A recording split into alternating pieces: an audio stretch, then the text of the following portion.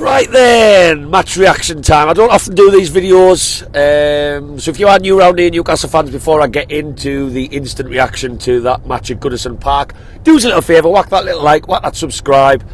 So, just joined by the Call Dog. There will be a longer reaction and a longer video to come on the full match vlog on the travel down. You know how it goes if you're not new around here. So we're just in the car now, travelling back from Goodison. So I'll dive over to the Call Dog first. Colin, what did you think of that? And we're all disappointed, but at the same time, we can't change it. I genuinely think the amount of matches we've got, this is one match too many for the same team of players playing 4 in a row. And when was the last time I can remember the same squad being used for 4 games in a row? I genuinely can't remember. But overall, they had a little bit more hunger than us. They wanted a little bit more than us. They won it fair and square. If Anthony Gordon had put that chance away at 1-on-1, that would have been a totally different game. Doesn't happen. You just got to move on. Except we weren't well beaten. 3-0 didn't really. I didn't think so. Say it destroyed us. The poor Trips had a couple of silly little mistakes, and that man, you can't knock him for that. He's had a tremendous season.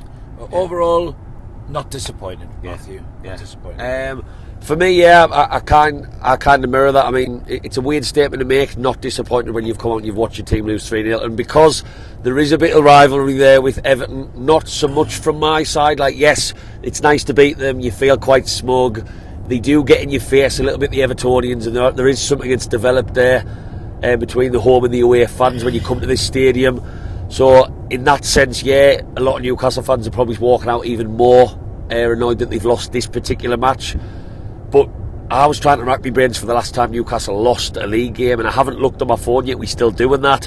Obviously, we've lost to Dortmund twice, but generally speaking, to watch Newcastle lose a match, we talked about in the build-up to this, I talked about our away form not being very good. That does need to sort itself out, because our away form now continues to not be very good, and we've also conceded 3 goals to a struggling Everton team. And I'm not saying a bad Everton team, because Everton have come into this, yes, they've had the points deduction, but the points deduction came at a time when they were playing better football. I agree with what Colin's just said.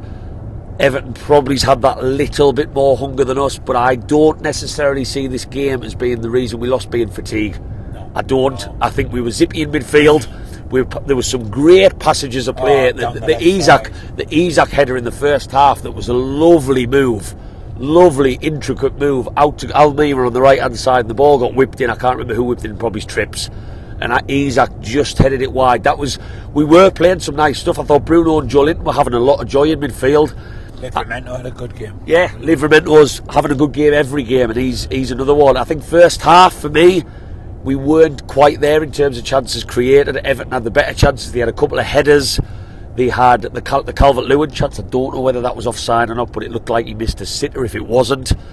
Anthony Gordon in the first half did not get involved in the game enough for me at all. He was just a couple of touches here and there. Maybe he was warming up with everything going on in his head of what the occasion was to come back to Everton.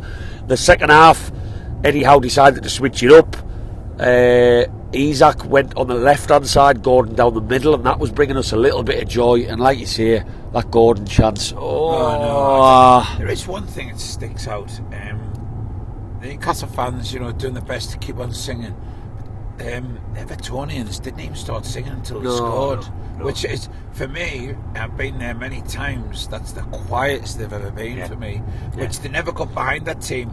It was the team that pushed on and scored without the backing of the fans. They were quiet, but they had the last laugh, so we can talk. As much as there is that rivalry there, but on the goals again, as Colin mentioned, 2 mistakes, and it's from a man who we don't see many mistakes from, Kieran Trippier. He's been one of our best signings probably in our recent history.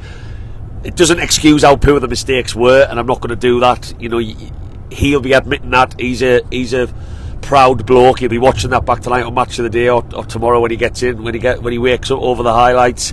They were poor mistakes. I watched them on I was able to watch them on the screens in the stadium. Disappointing, but yeah, we just lacked something tonight, and I don't think the issue was fatigue. Of course, it would have been nice to bring on substitutes when the game wasn't going our way. I thought their goals came from them mistakes. If you cut out them 2 Trippier errors, it's still 0-0. We're still chasing the match.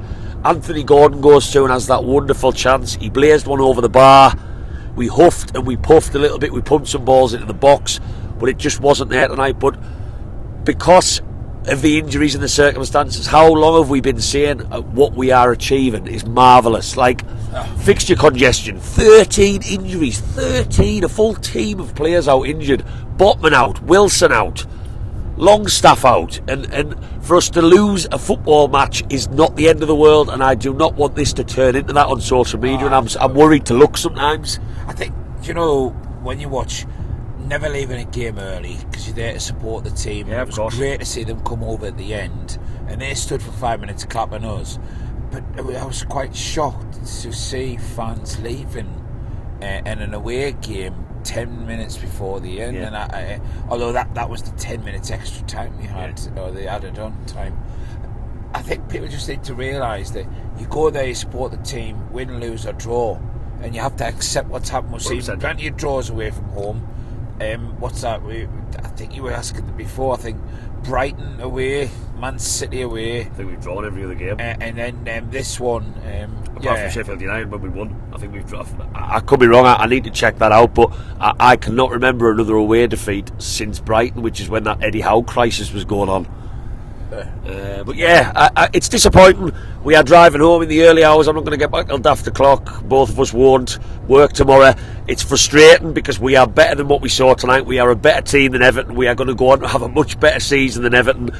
But sometimes when the fixtures are coming thick and fast, errors are going to happen, and if Kieran Trippier didn't make them, we don't know where that game goes. We honestly don't. But also the fact we do not have options to bring off the bench to change things when things aren't going in our favour, that was shown tonight, and that became ever present tonight when we haven't needed a substitute bench in the last couple of matches, which is full testament to the players. Hey, keep the faith. Sorry, I was going to say that there was one obvious thing tonight.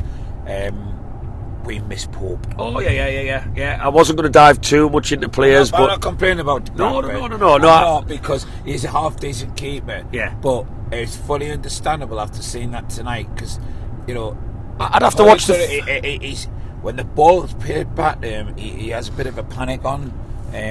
See, I don't think that's the issue with Dubravka. That's the issue with Pope, in my opinion. I think the issue from what I saw tonight was Dubravka on the replay for the first one, and I am making these statements after just watching it on a screen once. It looked like it was over the top of his hand.